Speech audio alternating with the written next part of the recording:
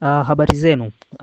Nataka labda kuzungumzia ama kutoa maoni kuhusu kinachoendelea Mashariki ya Kati, haswa kuhusu vita kati ya Marekani na Israeli wanavyoishambulia Irani. Haswa nachotaka kuzungumzia ni kuangalia labda wapi Irani ana nguvu na wapi Irani ana madhaifu kuhusu vita inayoendelea kati ya Marekani Israeli wakishambulia Irani. Sasa tukijaribu kuangalia kwanza hii vita iliyoanza, sio kwamba imeanza sasa hivi. Ni vita, ni mwendelezo wa vita iliyoanza ya mwaka jana ya mwezi wa sita, ile vita ya siku 12. Kwa sababu hata ukiangalia majina ya operation ya ile ya vita ya siku 12 bado hayajabadilika. Unaona kwamba lengo ni lile lile, kwa sababu hata operation zenyewe ndo bado zile zile, kwa sababu ukiangalia upande wa Israeli mwaka jana mwezi wa sita walisema kwamba jina la operation walivyoiita ilikuwa ni Rising Lion, ambayo ilikuwa inatafsirika kwamba kumuinua simba. Na hiyo ilikuwa ni lengo lao moja, lengo lao kubwa ambalo lilikuwa wakisema kwamba wanataka kurudisha utawala wa kipindi cha kina Shah. Kipindi kile utawala ule ambao ulikuwa ukifanya kazi ama ukitawala kwa faida haswa ya Marekani, nchi za magharibi na Israeli, kwa sababu na imani kwamba utawala ule ndo utawala ulio utambua utawala wa Israeli ama nchi ya Israeli mwanzoni, kabla hata hizi nchi zote za Waarabu kabla hazijaitambua Israeli. Kwa hiyo Israeli sasa hivi hii vita ni vita ambayo bado anaendeleza hii vita aliyoianzisha tangu sio mwaka jana tu, kwa sababu hata kabla ya mwaka jana pia alikuwa anajaribu na nia hiyo hiyo. Kwa hiyo unaona kwamba mwaka jana alivyoiita kwamba ni Rising Lion, sasa hivi anaita kwamba ni Roaring Lion, ambao ni muungurumo wa simba. Unaona kwamba bado nia ni ile ile ya kwamba kuhakikisha utawala wanauondoa. Sasa kwa kuangalia labda nguvu ya Irani na madhaifu ya Irani, je, tuone kwamba atafanikiwa au la? Sasa tukija upande wa Marekani, bado nia yao pia vile vile, kwa sababu Marekani kipindi kile aliyeanza kushambulia Irani alikuwa ni Israeli, lakini pia walikuwa wanashirikiana, licha ya kwamba Marekani aliingia baadaye, kwamba baada ya kuingia akavishambulia vile vinu vya nyuklia vya Natanz na Fordo, akitumia zile ndege zake za B, na jina la mashambulizi ambayo aliyosema kwamba aliyolipa jina la Midnight Hammer, lakini unaona kwamba ni jina ni lile lile. Sasa hivi anasema kwamba ni Epic Fury, ambapo ni eti hasira kali.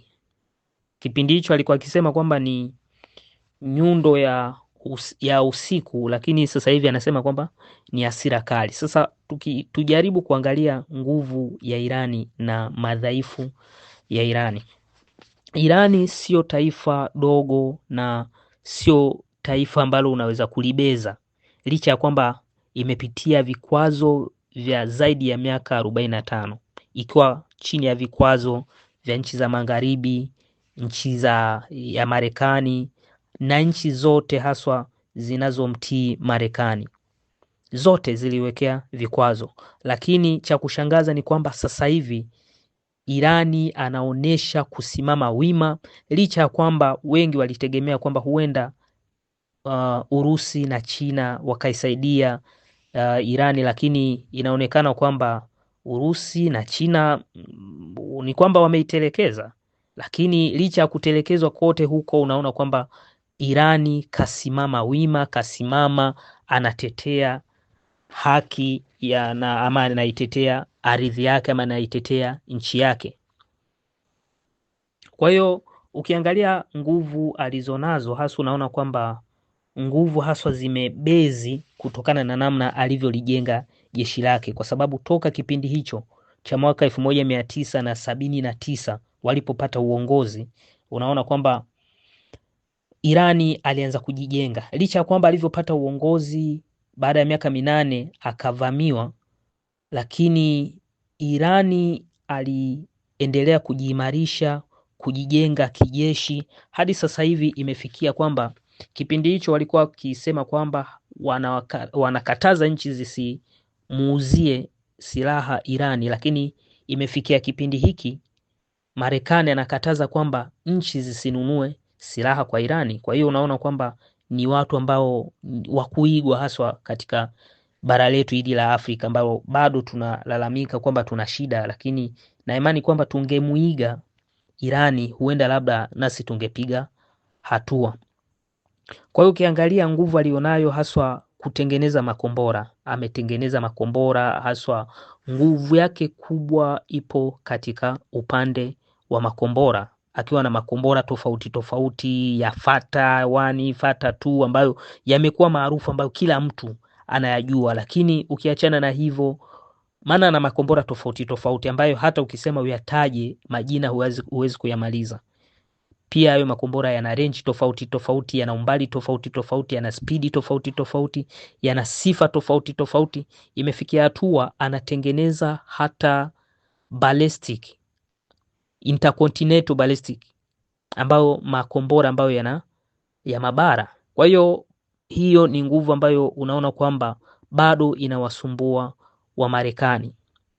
Lakini ukiachana na hivyo, ana ulinzi wa anga ambao unamsaidia. Hivyo vyote anavyovitaja ni vitu ambavyo anavyovitengeneza mwenyewe peke yake, licha na vikwazo vyote alivyovipitia.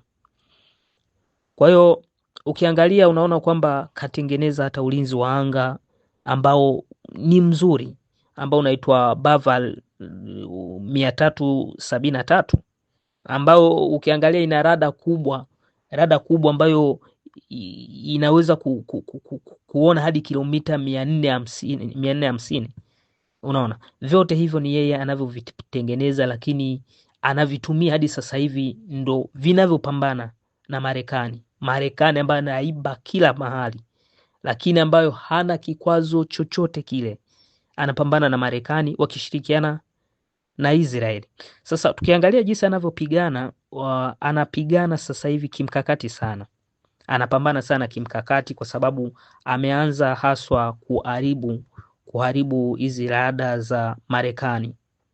Unaona kwamba anavyopambana hajatumia sana makombora, kwa sababu anatumia akili, maana hajui kwamba hii vita ilivyoanza itachukua muda gani, na haijulikani kwamba hifadhi alionayo ni ya kiasi gani. Unaona, na ukiangalia washirika wake alionao ndo hao pia ambao msaada wao ni mdogo.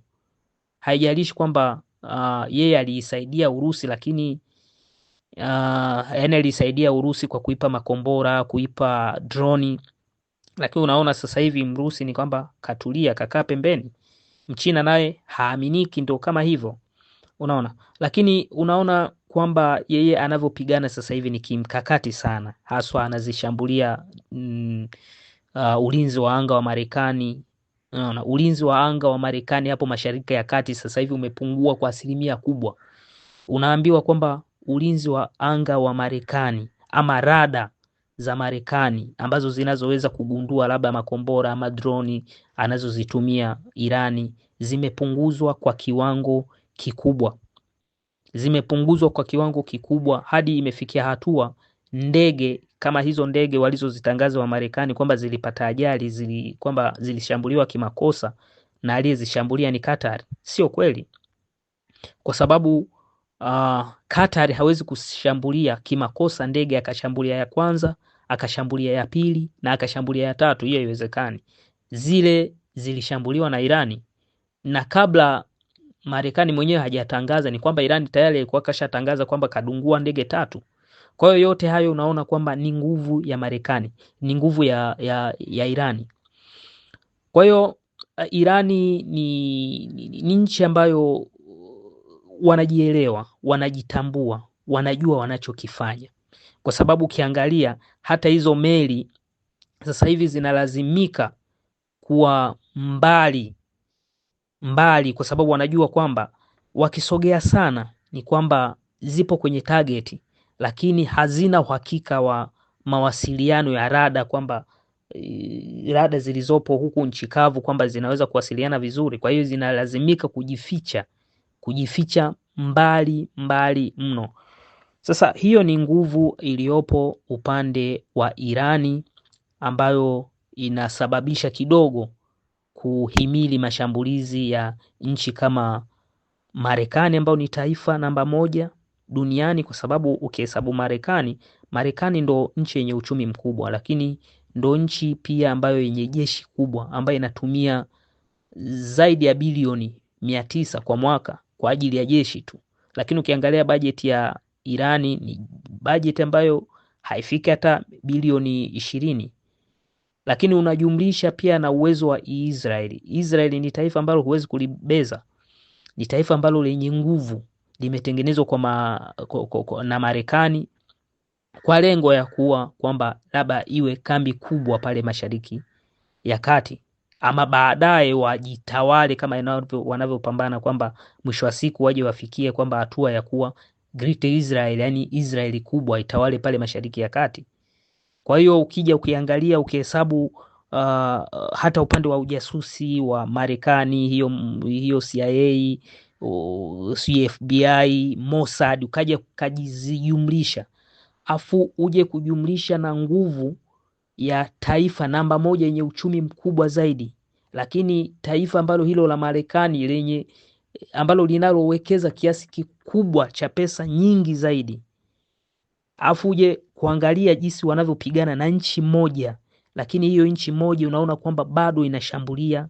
Lakini pia jinsi anavyoshambulia huyu Irani ni kwamba bado hajafikia hatua ya kushambulia kinguvu, kwa sababu anachokifanya sasa hivi ni kujaribu kupunguza hii nguvu ya ulinzi wa anga wa Marekani. Na ndio maana unaona kashambulia Qatar, kashambulia United Emirates, kashambulia wapi haswa anazilenga huo ulinzi wa anga ama rada za nani. Endapo itakapofikia kwamba Marekani maeneo hapo kashakuwa kipofu, ndo haswa ataanza kutumia makombora yake. Makombora tunayoyaona yanayotumia hajafikia kiwango cha kutumia makombora yake makubwa, kwa sababu mfano ana makombora ambayo yanaitwa Fata-2 ambayo yenye spidi ya Mach 15, yani yenye spidi ya sauti ya mara 15, ambayo hakuna ulinzi ambao unaweza kuizuia. Kwa hiyo bado gara lake la makombora bado lipo vizuri, licha ya kwamba ndio wanasema kwamba eti wanajaribu kuharibu hivyo virusha makombora, kwa sababu kuna makombora ambayo yapo chini ya ardhi, yapo underground, lakini kuna virusha makombora. Unaona? Kwa hiyo yale makombora ni kama risasi, lakini kuna virusha makombora ambavyo ni kama bunduki. Sasa yale magari yanayorusha makombora ndo haswa yanayolengwa na Wamarekani. Kwa hiyo bado Irani kaonesha nguvu kubwa. Lakini sasa tukija kuangalia upande wa madhaifu ya Irani. Madhaifu ya Irani haswa yanakuja upande wa ujasusi. Ujasusi wa Irani bado kidogo ni mdogo ukilinganisha na hawa wawili, kwa sababu hawa wawili wamejipanga kwa muda mrefu. Hii nchi ya Marekani imejipanga ni na miaka zaidi ya 200 inajipanga, lakini tofauti na huyu Irani. Unaona? Lakini upande wa ujasusi ndo kidogo ambapo yupo kidogo bado anaregea, lakini hana washirika ambao ni wakaka ambao wenye nia moja kama walivyo upande wa Marekani na Israel jinsi wanavyoshirikiana. Lakini ukiangalia upande wa Marekani bado ukiachana na kushirikiana na Israeli, bado ana washirika wengine, hasa ukiangalia Ufaransa naye ikasema kwamba anatuma hii meli zinazobeba ndege kwamba anazituma nayo zije hapa Mashariki ya Kati kusaidia, baada ya kuona kwamba kuna mapungufu ya ulinzi wa anga uliopungua, hasa kupungua kutokana na mashambulizi ya Irani. Lakini ukiangalia Uingereza ndo anataka kumpa hicho kisiwa cha Cyprus ili apate angalau Marekani sehemu ya kujificha ili kufanya mashambulizi. Unaona? Kwa hiyo unaweza kusema kwamba ndio hawa Marekani na Israeli wana nguvu, lakini ukija ukaangalia nguvu ya nchi moja kama Irani ambayo ina vikwazo zaidi ya miaka 47 ipo kwenye vikwazo ambavyo vimewekewa na nchi ya Marekani na washirika wake wote. Yani washirika wake wote unamaanisha kwamba nchi za Ulaya zote, lakini na hizo nchi pia jirani ya Irani, hizo nchi ambazo ni vibaraka wa Marekani. Kwa hiyo nguvu ya Irani ni kubwa, ambayo inaonekana kila mtu anaiona, lakini mapungufu yake, madhaifu yake haswa yapo kwenye ujasusi, lakini na kukosa washirika ambayo wenye nia moja kama ilivyo kwa hawa wengine. Lakini unaona sasa hivi wamefanikiwa upande wa Marekani, licha ya kwamba kuna ile kwamba labda anajitetea Irani, wamefanikiwa kupunguza uwezo wa ulinzi wa anga, na ndio maana sasa hivi hata ukiangalia Israeli ama Marekani wanavyoshambulia, unaona kwamba ni tofauti na mwanzo. Sasa hivi wanashambulia kwa ukubwa, lakini nafikiria kwamba target wanayofikiria ama njia wanazozitumia ni njia ambazo pia unaona kwamba ni njia ambazo bado unaona kwamba Iran ana nguvu. Unaona makombora wanayoyatumia ni makombora ya kusambaa, ni makombora ambayo wakishambulia sehemu moja wanashambulia mengi, wanatupa sehemu moja. Hiyo inamaanisha kwamba mfumo wa GPS pale ni kwamba huenda Irani kashauharibu. Kwa hiyo ili washambulie wapate target, hawawezi kutumia kombora moja, lazima watumie makombora mengi yatakayozagaa maeneo wanayokusudia, ili kama labda kuna mtu anayemlenga apatwe. Kwa hiyo hapo kutatokea madhara mengi na maafa mengi upande wa Irani, kutokana na kwamba huu mfumo wanaotumia hawa wa Marekani na wa Israeli. Lakini hadi sasa hivi Irani bado hajaonesha nguvu yake halisi, kwa sababu sasa hivi inachoonekana ni kwamba anapambana haswa kupunguza nguvu ya ulinzi wa Marekani na sehemu yote hapo, sehemu zote hizo za Mashariki ya Kati. Ukiangalia upande wa hizo nchi zote zinazoizunguka, unaona hizo nchi zote zinazoizunguka Irani hizo. Kwa hiyo na imani kwamba mashambulizi atakapomaliza kupunguza kabisa kwa 1% kubwa ulinzi wa anga wa hapo, haswa ataonesha nguvu yake halisi. Na imani kwamba Mwenyezi Mungu atatenda, kwa sababu hiki kitu kinachoendelea ni haki na ukatili. Yani ni haki na ukatili. Aliye na haki ni huyu Irani, na ukatili wanaofanya ukatili ni hawa wa Marekani. Asante kunisikiliza. Usisahau kusubscribe, like na kubonyeza alama ya kengele. Asante.